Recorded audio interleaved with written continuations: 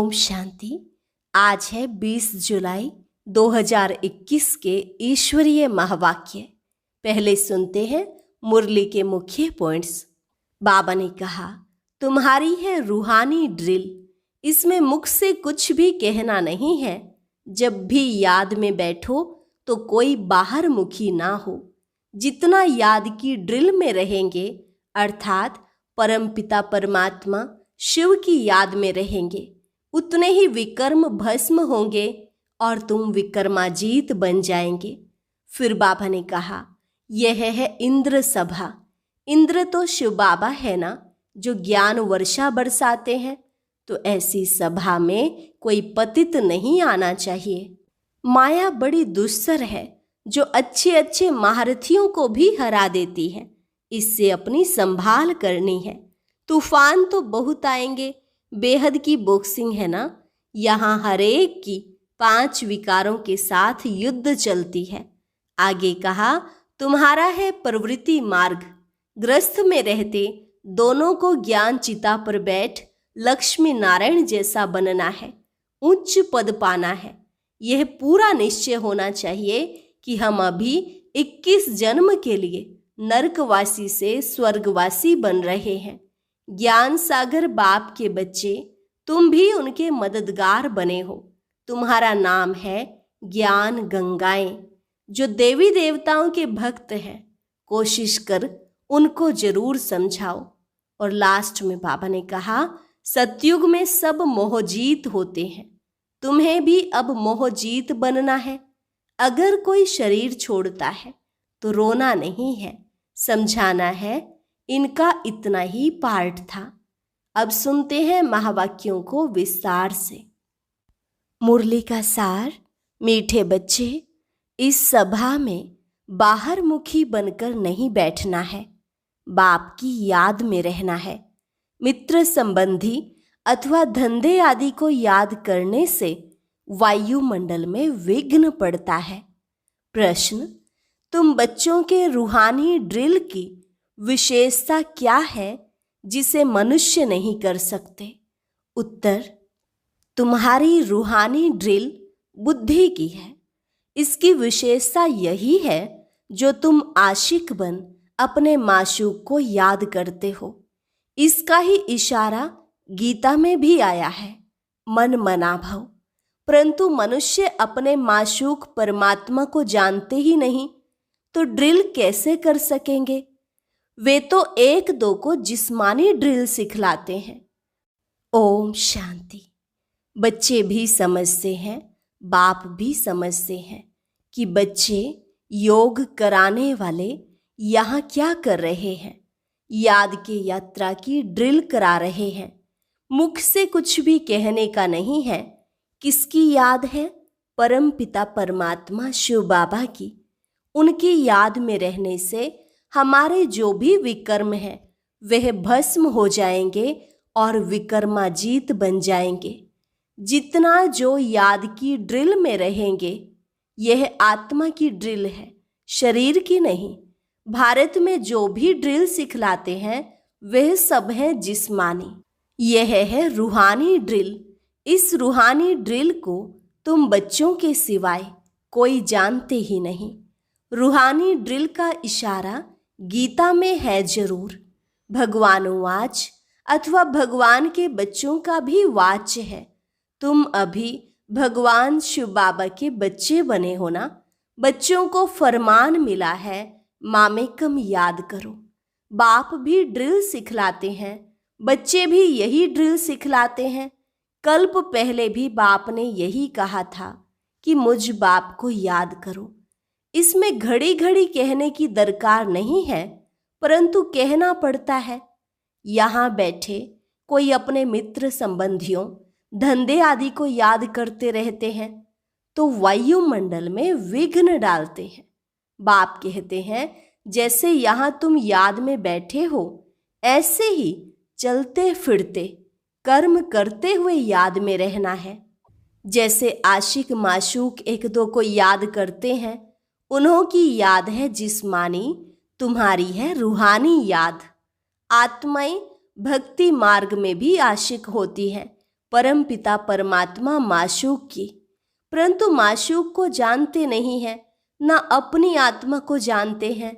माशूक बाप आया हुआ है, भक्ति मार्ग से लेकर आत्माएं आशिक बनी हैं। यह है ही आत्माओं और परमात्मा की बात। बाप बच्चों को सम्मुख कहते हैं, तुम आशिक मुझ माशूक को याद करते हो कि बाबा आओ, हमको आकर दुख से लिबरेट करो और अपने शांति धाम में ले चलो। तुम जानते हो अब इस दुख धाम मृत्यु लोक का विनाश होना है। अमर लोक जिंदाबाद, मृत्यु लोक मुर्दाबाद। तुम अभी ब्राह्मण बच्चे बने हो, तुम्हारे में भी नंबरवार पुरुषार्थ अनुसार है।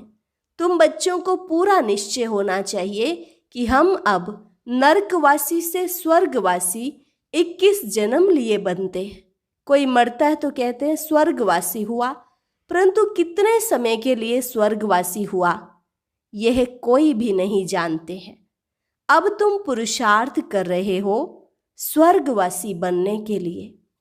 यह कौन निश्चय कराते हैं? वह है गीता का भगवान, परंतु वह तो एक ही निराकार होता है। मनुष्य समझते हैं निराकार तो निराकार ही है, वह कैसे यहाँ आकर सिखाएंगे।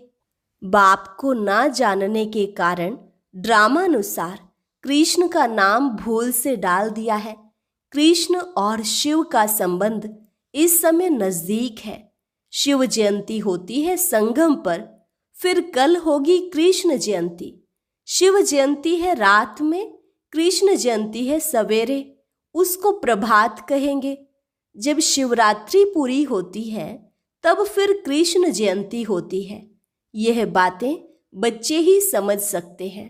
कायदा है यहाँ सभा में कोई बाहर मुखी ना हो, बाप की याद में रहना है। मनुष्य पुकारते भी हैं, हे पतित पावन आओ, आकर पावन बनाओ, परंतु ड्रामानुसार पत्थर बुद्धि कुछ भी समझते नहीं। अगर जानते होते तो बताते। उनको यह भी पता नहीं है कि अभी कलयुग का अंत है, फिर जब बाप आते हैं तब आदि होती है। मनुष्य तो बिल्कुल घोर अंधियारे में है। लोग समझते हैं कलयुग में अजुन 40,000 वर्ष पड़े हैं। बेहद का बाप समझाते हैं हद का बाप कब पतित पावन हो न सके। बापू नाम तो बहुतों ने रख दिए हैं, बुजुर्ग को भी बापू अथवा पिताजी कहते हैं। यह रूहानी पिताश्री तो एक ही है जो पतित पावन ज्ञान का सागर है। बच्चों को पावन होने के लिए ज्ञान चाहिए। पानी में स्नान करने से कोई पावन थोड़े ही बनेंगे। तुम जानते हो शिव बाबा हमारे सामने इस तन में प्रत्यक्ष हैं। बाबा ब्रह्मा द्वारा ब्राह्मणों को राजयोग सिखा रहे हैं। वह तो कह देते हैं भगवान वाच अर्जुन प्रति, ब्राह्मणों का नाम निशान नहीं है। गाया जाता है ब्रह्मा द्वारा स्थापना, विष्णु द्वारा पालना। स्थापना तो ब्रह्मा द्वारा ही करेंगे, न कि विष्णु द्वारा, न शंकर द्वारा। तुम बच्चों को यह समझानी अब मिली है। बाप को यहाँ आना पड़ता है। वापिस तो कोई भी आत्मा जा नहीं सकती। जो भी आते हैं उनको सतो रजो तमो से पास करना ही है। कृष्ण भी पूरे 84 जन्म लेते हैं और पूरे 5000 वर्ष पार्ट बजाया। जब आत्मा पेट में है तो भी जन्म तो है। कृष्ण की आत्मा जब सतयुग में आती है तो गर्भ में प्रवेश किया। तब से लेकर 5000 वर्ष में 84 जन्मों का पार्ट बजाना है। जैसे शिव जयंती मनाते हैं तो इसमें बैठा है ना, कृष्ण की आत्मा भी गर्भ में आई, चुरपुर हुई। उस समय से लेकर 5000 वर्ष का हिसाब शुरू होता है। अगर कम जास्ती हो तो फिर 5000 वर्ष में कम हो जाए। यह बड़ी सूक्ष्म समझने की बातें हैं। बच्चे जानते हैं कृष्ण की आत्मा फिर से यह ज्ञान ले रही है, फिर से श्री कृष्ण बनने के लिए। तुम भी कंसपुरी से कृष्णपुरी में जाते हो। यह बातें बाप बैठ बच्चों को समझाते हैं। बाबा कहते हैं माया बड़ी दुस्सर है, अच्छे अच्छे महारथियों को भी हरा देती है। ज्ञान लेते लेते कहाँ ग्रहचारी बैठ जाती है। आश्चर्यवत हमारा बनंती कथंती अहो माया, फिर भी भागंती हो जाते हैं। कमाई में ग्रहचारी बैठ जाती है। राहु का ग्रहण सबको लगा हुआ है। अभी तुम्हारे पर बृहस्पति की दशा बैठी है, फिर चलते चलते कोई पर राहु का ग्रहण बैठ जाता है। तब कहते हैं महान कमबख्त, इस दुनिया में देखना हो तो यहाँ देखो। तुम्हारी आत्मा कहती है हम बाप से सदा सुख का वर्षा ले रहे हैं। बाबा आपसे कल्प पहले भी वर्षा लिया था, फिर से अब बाप के पास आए हैं। बाप ने समझाया है बाहर तुम्हारे सेंटर्स पर बहुत आएंगे समझने के लिए। यहाँ यह है इंद्र सभा। इंद्र शिव बाबा है ना जो ज्ञान वर्षा बरसाते हैं। तो ऐसी सभा में पतित कोई आ नहीं सकता। सब्जपुरी पुखराजपुरी जो ब्राह्मणियां पंडा बन आती हैं उनको कहेंगे अपने साथ कोई भी विकार में जाने वाले को नहीं ला सकते हो, नहीं तो दोनों रिस्पॉन्सिबल हो जाते हैं। किसी विकारी को साथ ले आए तो उन पर बहुत दाग लग जाते हैं, फिर बहुत भारी सजा मिल जाती है। परियों के ऊपर बहुत रिस्पॉन्सिबिलिटी है। कहते हैं मानसरोवर पर स्नान करने से परी बन जाते हैं। वास्तव में यह है ज्ञान मानसरोवर। बाबा मनुष्य तन में आकर ज्ञान वर्षा बरसाते हैं। ज्ञान सागर है ना, तुम नदी भी हो सरोवर भी हो। ज्ञान सागर इसमें बैठ बच्चों को लायक बनाते हैं स्वर्ग में जाने के लिए। स्वर्ग में है श्री लक्ष्मी नारायण का राज्य। यह है प्रवृत्ति मार्ग का एम ऑब्जेक्ट। कहते हैं हम दोनों ज्ञान चिता पर बैठ लक्ष्मी नारायण बनने वाले हैं। उच्च पद पाना है ना, आधा कल्प आत्माएं तड़पती रहती हैं। बाबा आओ आकर हमको राजयोग सिखलाए, पावन बनाओ। बाप इशारा देते हैं। भारतवासी जो देवी देवताओं को मानने वाले हैं उन्होंने जरूर 84 जन्म भोगे हैं। जो देवी देवताओं के भगत हैं कोशिश कर उनको समझाओ बाप कैसे आकर 3 धर्म स्थापन करते हैं। ब्राह्मण, सूर्यवंशी, चंद्रवंशी, तीनों धर्म बाप स्थापन करते हैं। आधा कल्प फिर और कोई धर्म स्थापन नहीं होता है। फिर आधा कल्प में कितने मठ पंथ आदि धर्म ढेर के ढेर स्थापन होते हैं। कहाँ आधा कल्प में एक धर्म, सो भी संगम युग पर भविष्य के लिए राजधानी स्थापन करते हैं। वे सब पुरानी दुनिया में ही अपना धर्म स्थापन करते हैं। यहाँ बाप आधा कल्प के लिए एक धर्म की स्थापना करते हैं। कोई और में पावर नहीं। बाप तुमको अपना बनाकर सूर्यवंशी चंद्रवंशी घराना स्थापन कर बाकी सबका विनाश करा देते हैं। सभी आत्माएं शांति में चली जाती हैं। तुम सुख में आते हो। उस समय दुख कोई है नहीं जो गॉड को याद करे। यह ज्ञान भी तुम्हारी बुद्धि में है। तुम जानते हो बाप जो ज्ञान का सागर है वह नॉलेज दे रहे हैं। सागर तो एक ही है। तुम अपने को सागर नहीं कहलाएंगे, तुम उनके मददगार बनते हो। इसलिए तुम्हारा नाम है ज्ञान गंगाएं। बाकी वह है पानी की नदियां। बाप कहते हैं मुझ सागर के तुम बच्चे काम चिता पर बैठ जल मरे हो, अर्थात पतित बन पड़े हो। अब फिर मुझे याद करने से ही तुम पावन बनेंगे। यह सृष्टि का चक्र 5000 वर्ष का है। यह भी किसको पता नहीं है। सृष्टि का चक्र पूरे 4 भाग में है। 4 युग है ना। यह संगम युग है कल्याणकारी। कुंभ कहते हैं ना, कुंभ कहा जाता है मेले को। नदी आकर सागर से मिलती है, आत्मा आकर परमात्मा से मिलती है। इसको कुंभ कहते हैं। आत्मा और परमात्मा का मेला भी तुम देखते हो। तुम आपस में मिलते हो, सेमिनार करते हो। इसको कुंभ नहीं कहेंगे। सागर तो अपनी जगह पर बैठे हैं, इस तन में है ना। जहां इनका तन वहां ज्ञान का सागर है। बाकी तुम आपस में ज्ञान गंगाएं मिलती हो। नदियां छोटी बड़ी तो होती है ना, वहां स्नान करने जाते हैं। गंगा जमुना सरस्वती आदि तो हैं ही। देहली जमुना का कंठा है। स्वर्ग कृष्णपुरी तो होती है। देहली के लिए कहते हैं परिसान था, जब लक्ष्मी नारायण का राज्य था।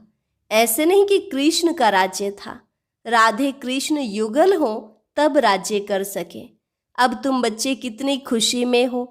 माया के तूफान तो बहुत आएंगे। बेहद की बॉक्सिंग है। हर एक की 5 विकारों के साथ युद्ध चलती है। हम चाहते हैं बाबा को निरंतर याद करें। माया हमारा योग उड़ा देती है। एक खेल भी दिखाते हैं, परमात्मा अपनी तरफ खींचते हैं, माया अपनी तरफ। ऐसा एक नाटक बनाया है। बाइस्कोप का फैशन अभी निकला है। तुमको ड्रामा अनुसार बाइस्कोप पर ही समझाना था। नाटक में तो बदली सदली होती है। यह तो अनादि अविनाशी ड्रामा बना बनाया है। बनी बनाई बन रही। फलाना मर गया, इतना ही पार्ट था, हम चिंता क्यों करें। ड्रामा है ना। शरीर छोड़ दिया फिर थोड़े ही आ सकता। रोने से फायदा ही क्या। इसका नाम ही है दुख धाम। सतयुग में मोहजीत राजाएं होते हैं। इस पर कहानी भी है। सतयुग में मोह की बात होती नहीं। यहाँ तो मनुष्यों का कितना मोह है। किसको रोना ना आए तो रोकर भी उनको रुला देंगे। तो समझें कि यह अफसोस करते हैं, नहीं तो ग्लानि हो जाए। भारत में ही यह सब रिवाज है। भारत में ही सुख, भारत में ही बहुत दुख होता है। भारत में गॉड गॉडेज राज्य करते थे।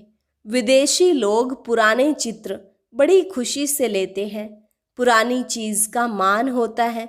सबसे पुराना शिव तो यहाँ आया था ना, उनकी कितनी पूजा करते हैं।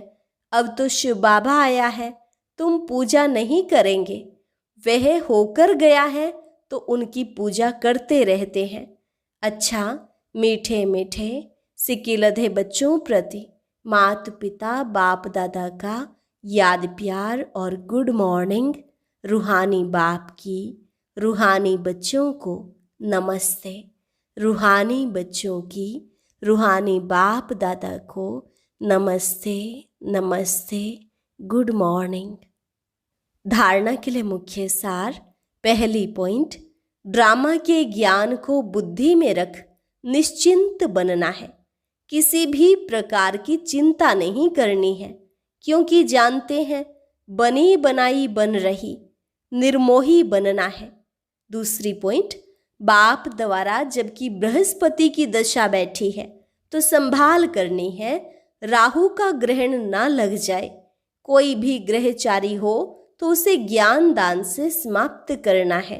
वरदान, सदा मनन द्वारा मगन अवस्था के सागर में समाने का अनुभव करने वाले अनुभवी मूर्त भव।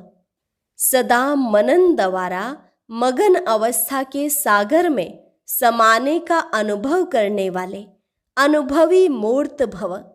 अनुभवों को बढ़ाने का आधार है मनन शक्ति।